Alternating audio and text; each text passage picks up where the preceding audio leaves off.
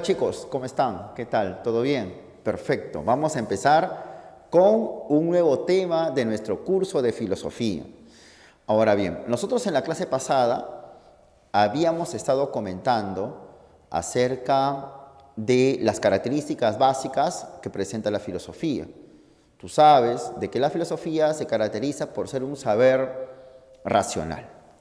Ahora, pero la ciencia también es racional. Evidentemente, la física, la química, la matemática nos explica acerca de algunas cosas empleando la razón.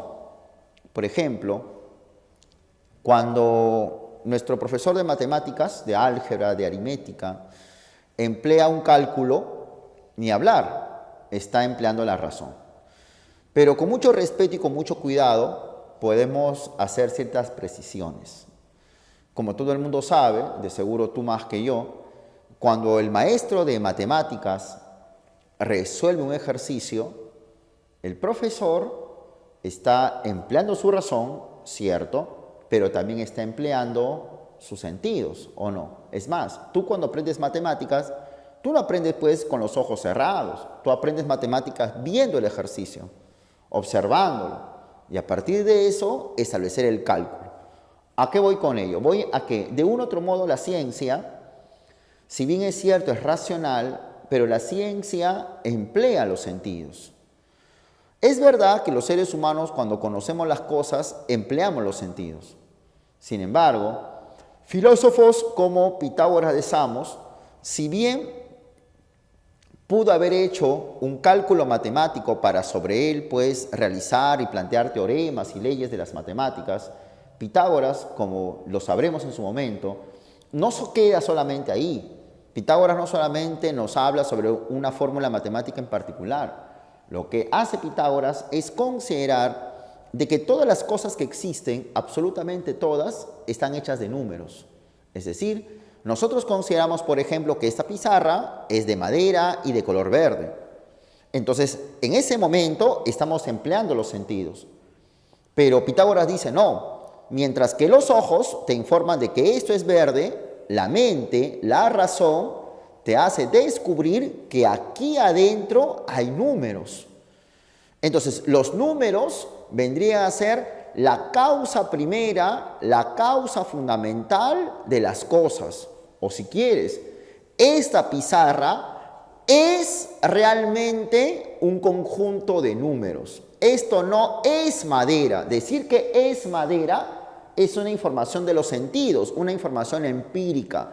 Pero decir de que esto es un conjunto de números, eso ya es trascender a la realidad y hacer ontología. Entonces, ¿qué cosa, profesor, es la ontología?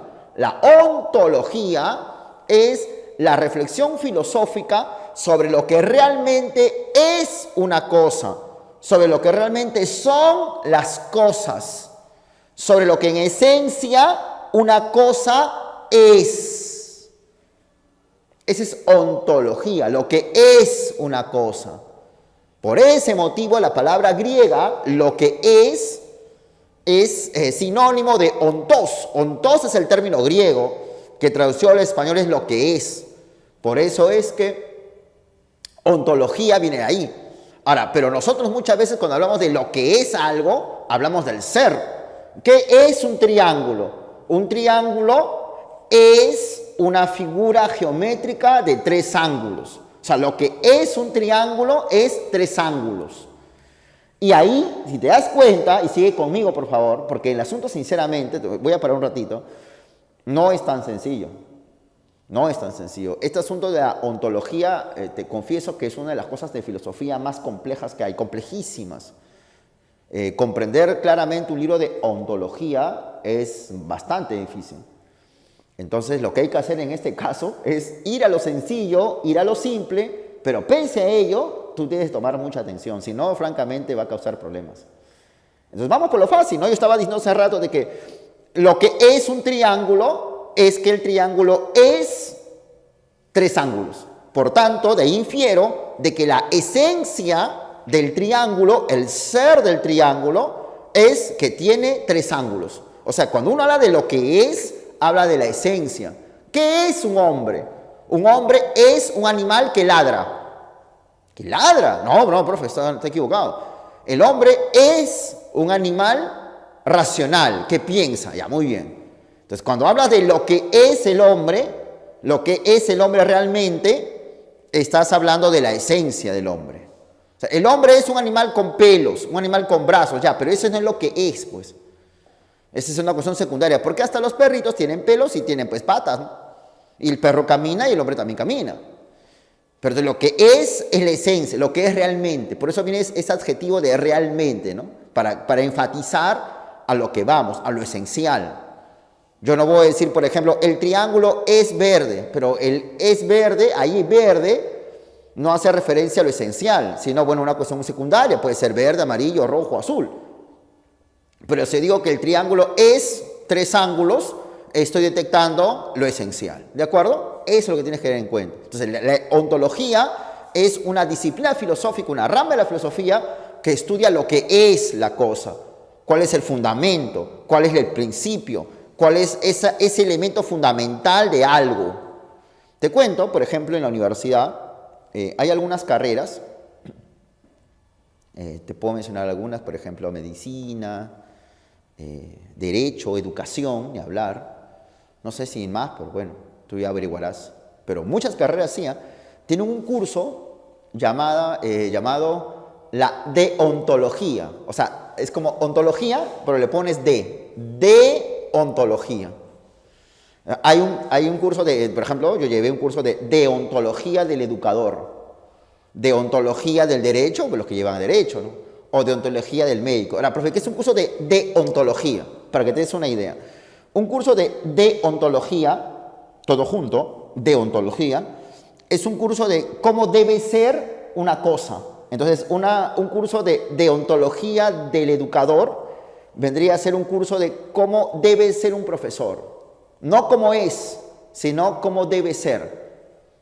¿Me hago entender? La deontología del médico sería una reflexión sobre cómo debe ser un médico. No sé, sacrificado, ¿no es cierto? Sacrificado, una persona conocedora, especialista, ya, eso es lo que debe ser. Ya, pero una cosa es lo que debe ser y otra cosa es lo que es un médico, lo que vemos en la realidad, lo que encontramos como médico. O sea, el ser es no tanto cómo debe ser, sino lo que es. Yo puedo imaginarme cómo debe ser el mundo. Para mí el mundo debe ser justo, maravilloso, donde la gente sea feliz. Ya, seguro. Ya, esa es una cuestión deontológica. Pero si reflexionamos sobre qué es el mundo, ahí tenemos que decir cómo se presentan las cosas, cómo son las cosas, con sus cosas buenas y sus cosas malas de hablar, pero cómo son las cosas. En la época medieval, por ejemplo, muchos sacerdotes, filósofos ellos, intentaban demostrar que existe Dios a partir de lo que es Dios y por eso hacían un análisis ontológico. Análisis ontológico implica de lo que es algo, en este caso, que es Dios.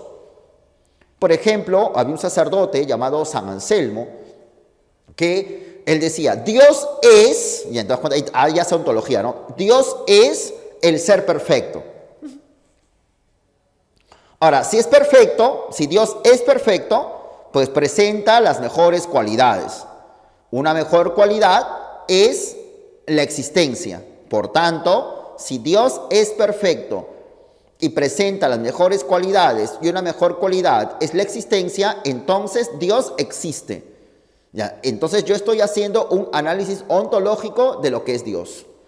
Y si te das cuenta, muchas veces cuando hablo de esta manera, yo cierro los ojos. Porque intento mostrar cómo la ontología, para detectar lo que es algo, emplea estrictamente la razón. Deja de lado el ámbito empírico. Cuando Pitágoras decía de que las cosas están hechas de números, Pitágoras no decía, mira, los números están acá. No, eso es algo que se descubre con la razón. Yo puedo estar con los ojos cerrados y demostrar que las cosas están hechas de números. De tal modo, y eso lo vamos a ver cuando hablamos de Pitágoras, lo vamos a ver con detalle cómo Pitágoras llega a la conclusión de que las cosas están hechas de números. Lo que significa entonces de que para hacer ontología muchas veces las personas tenemos que un poquito dejar de lado el ámbito empírico dejar de lado lo que vemos, dejar de lado lo que nos rodea. Decir que la pizarra es verde, eso no es ontología, pues. Pero decir que la pizarra es número, eso sí es hacer ontología. Entonces, hacer ontología implica dejar de lado los sentidos, dejar de lado la información de los sentidos. Y cuando se deja de lado la información de los sentidos, se hace así. Metafísica. Entonces, la ontología se vuelve metafísica cuando, para buscar la esencia de algo, los filósofos dejan de lado el ámbito empírico, el ámbito visual, la realidad que nos rodea y que nos informan los ojitos. Por ese motivo, por ejemplo, hombres como Aristóteles sostenían de que la metafísica es la ciencia primera que estudia las causas primeras de las cosas. Por ahora vamos a traducir ente como cosa. ¿Cuál es la causa primera para Pitágoras? Los números.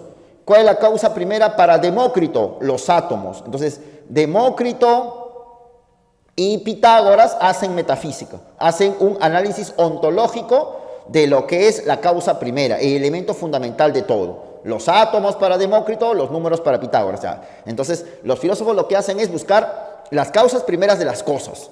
Y para ello, tanto Demócrito como Pitágoras no emplean los sentidos, sino la razón.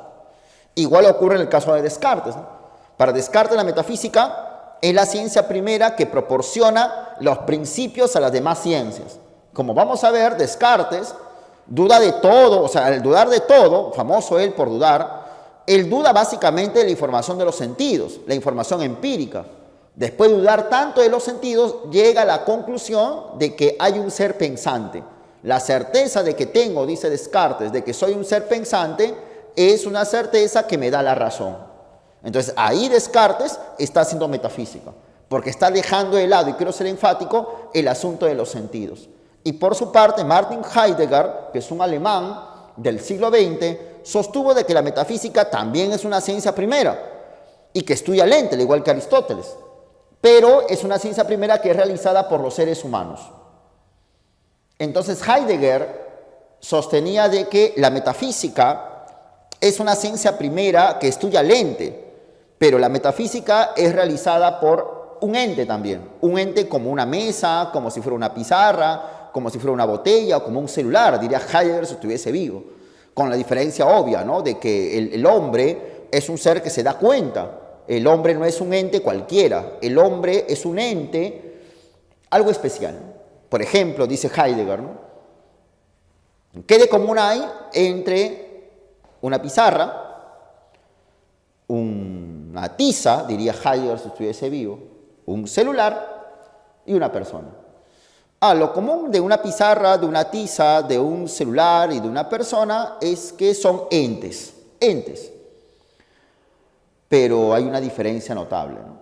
Es que la pizarra, la tiza y el celular, pues no tienen conciencia de nada, ¿no? Este ente no se da cuenta de nada, obvio. Pero el hombre sí es consciente. El hombre sí se da cuenta del mundo. Es el hombre el que se da cuenta de su condición. Y algo más, dice Heidegger, muy interesante, en que la pizarra, por ejemplo, es un ente que cuando apareció, ya apareció completo. O sea, el carpintero que construyó la pizarra, lo hizo completito, ¿no? Todo su marco de aluminio, su cajita portatizas, bien lisa, bien lijadita, ¿no? O sea, como que a la pizarra no le falta nada. Cuando apareció completa. Pero el hombre, dice Heidegger, es un ente vacío, es un ente que nada tiene salvo su existencia. Tú, por ejemplo, tú eres un ente que tienes que hacerte alguien en la vida, ingeniero, médico, abogado. Tú tienes que construirte a ti mismo, mientras que la pizarra ya vino construida. Tú tienes que construirte todavía en tu vida. Y eso es una diferencia cardinal, dice Heidegger. Entonces, la ontología muchas veces me puede permitir otro tipo de reflexión, ¿no? Por ejemplo, en este caso, una reflexión antropológica. ¿Qué cosa es el ser humano? ¿De acuerdo? Entonces, vamos a ir por partes para no avanzar rápido, sino siempre con calma para que se entienda bien. Y vamos a repasar hasta acá. Hemos hablado de que la ontología, veamos por acá, es una rama de la filosofía que reflexiona acerca del ser, lo que es, lo esencial. Pero también la ontología debate sobre temas como la existencia. ¿Qué cosa existe? ¿Qué cosa es real? Por ejemplo, ¿una sirena es real? ¿Un centauro es real? ¿Goku es real? ¿Dios es real? ¿La pizarra es real? Entonces, ¿qué diferencia hay entre una sirena, Goku y la pizarra? Es que Goku no existe y la pizarra sí existe. Entonces viene otra pregunta, ¿no? Otra pregunta. ¿Y por qué dices que Goku no existe? ¿Y por qué dices que la pizarra sí existe? Ya, profe, es porque Goku fue inventado por el hombre y la pizarra también fue inventada por el hombre. Entonces viene un problema acá de carácter ontológico. ¿Me hago entender o no? No, profe, es que el Goku está en la imaginación. No, no necesariamente. Goku está en los programas de televisión. Y que yo sepa, un programa de televisión, lo que sale de Dragon Ball, ¿cierto? No está en tu cabeza, no está en tu imaginación. Yo veo a Goku a través de una pantalla. ¿O no? ¿O estoy mintiendo? O sea, yo veo a Goku, observo a Goku en una pantalla, en una imagen, como tú también observas esta pizarra, ¿o no? ¿Y lo ves a través de una pantalla o no? ¿O no es cierto? Entonces, no vamos ahorita a definir, pues, si existe o no Goku. Pero lo que voy es que ese tipo de reflexión, ¿qué es lo que existe? Es una reflexión de carácter ontológica. Ni hablar de Dios existe es ontología, claro que sí.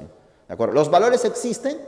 O sea, hay que seguir el valor de la honestidad. En esta vida hay que ser honestos. Entonces tú levantas la mano y le dices, profesor, profesora, ¿el valor existe? ¿Qué es un valor? Ya, esa es ontología. ¿De acuerdo? También la ontología trata acerca de los entes y trata acerca de la totalidad de la realidad. Y yo me estoy salteando acá no porque no lo quiero decir, sino porque eso amerita un análisis un poco especial. Seguiré avanzando. Como yo lo dije, ontología proviene del griego ontos, que significa lo que es. ¿Qué es Dios? ¿Qué es un triángulo? Y muchas veces, para responder a lo que es, muchas veces los filósofos dejan de lado los sentidos, dejan de lado los ojitos, porque a mí no me importa si el triángulo lo pintas con azul, con verde, con rojo, con amarillo. Saber que el triángulo es azul, verde, rojo, amarillo es una información empírica de los sentidos. Entonces, para saber lo que es un triángulo, muchas veces uno deja de lado los sentidos y emplea únicamente la razón. Una razón para demostrar o buscar la causa primera de todo. Y cuando ocurre eso, estamos haciendo metafísica, ¿de acuerdo? Entonces viene la metafísica a presentarse como sinónimo de ontología. Y eso es así cuando la ontología o metafísica busca las causas primeras, dejando de lado, trascendiendo la realidad física. La realidad física es la realidad empírica. Tenemos algunos representantes que han hecho ontología. Aristóteles, que sostuvo que la metafísica es la ciencia primera que estudia las primeras causas del ente en tanto ente. Tenemos también a Descartes, que sostuvo que la metafísica es la ciencia primera que proporciona principios a las demás ciencias.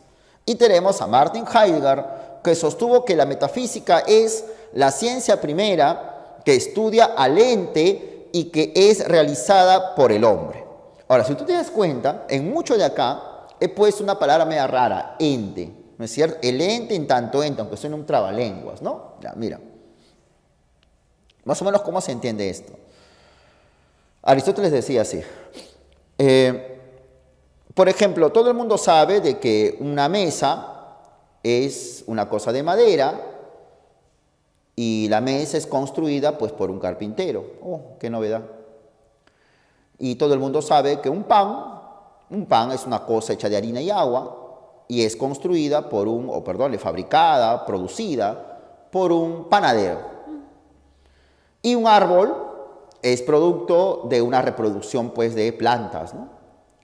Ahora, pero cuando yo hablo de un árbol, una mesa, yo no estoy hablando ya de cosas, estoy hablando de entes. Entonces, en un primer momento, ente se puede entender como sinónimo de cosa. Una cosa viva, por ejemplo, el árbol, una cosa que no está viva, una mesa. Entonces, Aristóteles dice, lo que hace la filosofía es explicarnos las causas no tanto de esta mesa de madera o de este árbol que está frente a mí, sino de todas las cosas del mundo, de las cosas en tanto cosa. No me importa si esa cosa es un ser vivo, no me importa si esa cosa es un producto humano, no me importa si esa cosa es una montaña, no me importa, sino de la cosa en tanto cosa, o sea, del ente en tanto ente, del ente como es, independientemente si el ente es un ser vivo, etc. ¿De acuerdo? Entonces, cuando hablamos de ente, y vamos a venir por acá, ven por acá, cuando hablamos de ente, miren acá chicos, les hice un dibujito, estamos hablando de,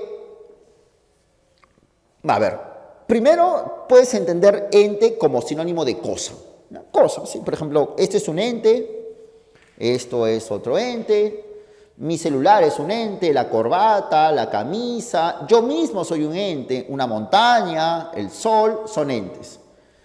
Pero como que la palabra cosa, a veces lo restringimos, digamos, a las llamadas cosas materiales, ¿no es cierto o no?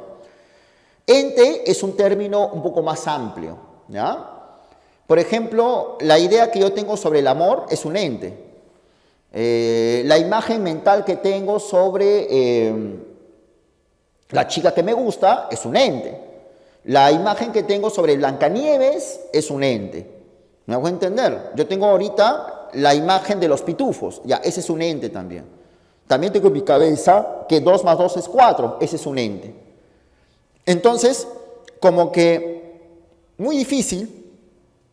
Nosotros a lo que tenemos en la cabeza le ponemos el nombre cosa, ¿no? Por tanto, cosa muchas veces lo restringimos, repito, al ámbito material. Ente es un concepto más amplio. Ente engloba a todo lo que hay dentro de la naturaleza, dentro de la sociedad y dentro del pensamiento humano. ¿De acuerdo? Entonces, ente es cada objeto, digámoslo así, cada objeto ubicado en la naturaleza, el pensamiento y la sociedad. Por ejemplo, el sol es un ente. Cada nubecita es un ente. El río y el lago y el mar es un ente. Cada mar, cada río, cada lago. Cada arbolito, cada pasto es un ente.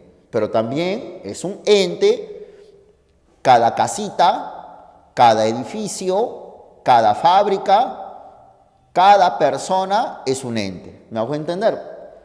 También es un ente cada fórmula matemática, en este caso la raíz cuadrada de 2, cada imagen ficticia, por ejemplo un caballo volador. También el concepto amor es un ente. Entonces podemos decir en sentido amplio que ente es todo aquello que podemos ubicar en la naturaleza, en la sociedad o en el pensamiento. Por ejemplo, una mesa es un ente. ¿Dónde está ubicada la mesa? Allá, profe, en la sociedad. Claro, muy bien. Por ejemplo, el BCP, el Banco de Crédito del Perú. ¿Ya? ¿Es un ente o no? Sí. ¿Dónde está ubicado? En la sociedad. Ajá, fácil. La luna, ¿es un ente o no? Sí. ¿Dónde está ubicado? En la naturaleza. Ajá, perfecto, perfecto. La idea de democracia y derechos humanos, ¿es un ente o no? Sí, son entes. ¿Dónde está ubicado? En el pensamiento. Y todo el conjunto de entes, ubicado en la naturaleza, en el pensamiento, en la sociedad, es lo que constituye la realidad o también llamado mundo. Entonces, ¿qué cosa es la realidad? La realidad es todo lo que nos rodea, y todo lo que nos rodea está compuesto de entes. ¿Me hago entender? Ahora bien, y falta un pequeño detalle más chiquito y luego lo vamos a repasar, ¿ya? Profesor. Entonces, por ejemplo, yo decía de que cada personita es un ente, ¿cierto? No, yo soy un ente y tú eres un ente. Pero cada personita tiene un aspecto esencial. Un aspecto esencial. Ese aspecto esencial es lo que muchas veces los filósofos llaman ser. Ser puede entenderse de muchas maneras en realidad. Tú buscas en el diccionario qué es ser, sale un montón de definiciones. En un diccionario filosófico ubicas la palabra ser y sale bastante. Pero en términos generales, para efectos de nuestra clase, La palabra ser, el concepto ser, podemos definirlo de dos maneras. Primero, ser como sinónimo de ente. ¿Nunca se escuchó de los seres vivos? ¿No es cierto o no? Los seres vivos son los entes vivos. Cada planta es un ser vivo, es un ente vivo. Pero también ser se entiende como sinónimo de esencia. ¿Cuál es el ser de un triángulo? ¿Cuál es la esencia de un triángulo que tiene tres ángulos? ¿Cuál es el ser del hombre que posee razón? ¿Cuál es la esencia del hombre que posee razón? Entonces no te olvides la diferencia entre ente, realidad y ser. Y eso debe quedar claro. Entonces vamos a repasarlo de nuevo para que quede clarito, ¿ya? Vamos a decirlo así. Profesor, ¿qué cosa es ente, qué es realidad y qué es ser? ¿Ya? Mira, la literatura filosófica, muchas veces los libros toman a esta palabra ente y ser como sinónimos, a veces se diferencian, a veces ser tiene bastantes definiciones, pero para efecto de nuestra clase, para hacerlo sencillo, vamos a trazar las siguientes definiciones, ¿ya? Mira, en primer lugar, vamos a decir que ente es todo aquello que ubicamos en la realidad, en la naturaleza, en el pensamiento o en la sociedad, ¿de acuerdo? Es ente. El sol es un ente, la raíz cuadrada de 2 es un ente y esta casita que está acá también es un ente. El conjunto universal de entes, aplica matemática acá, el conjunto universal de entes es lo que llamamos realidad o también llamado mundo, ¿de acuerdo? La totalidad, todo es realidad. Ahora bien, entonces la realidad se compone de naturaleza, pensamiento o sociedad. ¿Listo? Ahora bien, pero resulta que cada ente se distingue de los demás. Por ejemplo, esto es una casa, esto es un edificio. Creo que hasta tú mismo lo podrías decir al ver esto, ¿no? Esto, difícil que le llames casa, ¿no? Le puedes llamar edificio, pero esto se le llama casa. ¿Qué significa? De que esta casa presenta un rasgo esencial que lo distingue del edificio. Ese rasgo esencial o esencia es lo que se denomina ser. El hombre es distinto a un perro, lo que significa entonces que el hombre presenta un rasgo esencial, una esencia. Algunos dicen, por ejemplo, que ese rasgo esencial o esencia es la razón. Entonces, ese rasgo esencial es el ser del hombre. Un triángulo se distingue de un cuadrado y de un círculo. Por tanto, el triángulo presenta un rasgo esencial, un rasgo que lo distingue de otras figuras. Ese rasgo esencial, esa esencia, es lo que se denomina ser. Entonces, ser podemos definirlo como lo esencial de las cosas, el aspecto, la característica que distingue a una cosa, a un ente, de los demás. Pero muchas veces, ser también se toma como sinónimo de ente. Por ejemplo, cuando decimos los seres vivos. Entonces ahí podría ser como sinónimo de los entes vivos. O si quieres, los seres humanos. Sinónimo de entes humanos. ¿De acuerdo o no? Entonces ten cuidado con esas definiciones, ¿ya? Entonces vamos por acá y vamos a repasar esta parte. Bien. Entonces, chicos, tenemos esta cuestión de la ontología con sus términos y sus palabras, ¿no? Como ya lo sabes, la ontología es la rama de la filosofía que reflexiona acerca del ser, acerca de la existencia de los entes y la totalidad de la realidad. Recuerda que la ontología proviene del griego ontos, que significa lo que es realmente algo. La ontología muchas veces, para hacer ese tipo de reflexiones tan profundas, deja de lado el ámbito de los sentidos, deja de lado el ámbito empírico. Y cuando ocurre eso, la ontología hace metafísica. Asunto que muchas veces los filósofos han estado también reflexionando. Por ejemplo, Aristóteles sostuvo de que la metafísica es la ciencia primera que estudie las primeras causas de el ente en tanto ente, de la cosa en tanto cosa. También está Descartes, que sostenía que la metafísica es la ciencia primera que proporciona principios a las demás ciencias. Es la ciencia raíz. Entre ellos, el primer principio, dice Descartes, es de que hay un ser pensante. Pienso, luego existo, es la frase metafísica que elabora Descartes para fundamentar a las ciencias. Y también está Martin Heidegger, que sostuvo que la metafísica es la ciencia primera que estudia al ente en tanto ente, igual que Aristóteles. Pero hay que tener en cuenta que esa metafísica es estudiada por un ente más, un ente como una mesa, como una silla llamada ser humano, con una diferencia en que la mesa y la silla ya son entes culminados y acabados. Además, la mesa y la silla no son conscientes de nada. Por el contrario, el hombre es algo que tiene que realizarse, es algo inacabado, y el hombre es un ente que tiene que hacerse en la vida, y además el hombre es consciente de su realidad. Entonces, ente podemos definirlo como todo aquello ubicado en la naturaleza, en el pensamiento o en la sociedad. Cada árbol es un ente, cada idea que tenemos en la cabeza es un ente del pensamiento. Los árboles son entes de la naturaleza, y cada edificio, cada casa son entes de la sociedad. El conjunto de entes conforma la realidad, o también llamado mundo. Pero los entes se distinguen. Un triángulo no es un cuadrado, un edificio no es una casa, un celular no es una tablet, y una tablet no es una computadora. Lo que se sigue entonces es que la tablet presenta ciertos rasgos esenciales que lo distinguen de las computadoras. Esos rasgos esenciales constituyen el ser de la tablet, ¿de acuerdo? Entonces, cuando hablamos de ser, hablamos del rasgo distintivo, del rasgo esencial que tienen las cosas. Aunque también muchas veces ser lo presentamos como sinónimo de ente. Ser lo que es algo, lo esencial de algo.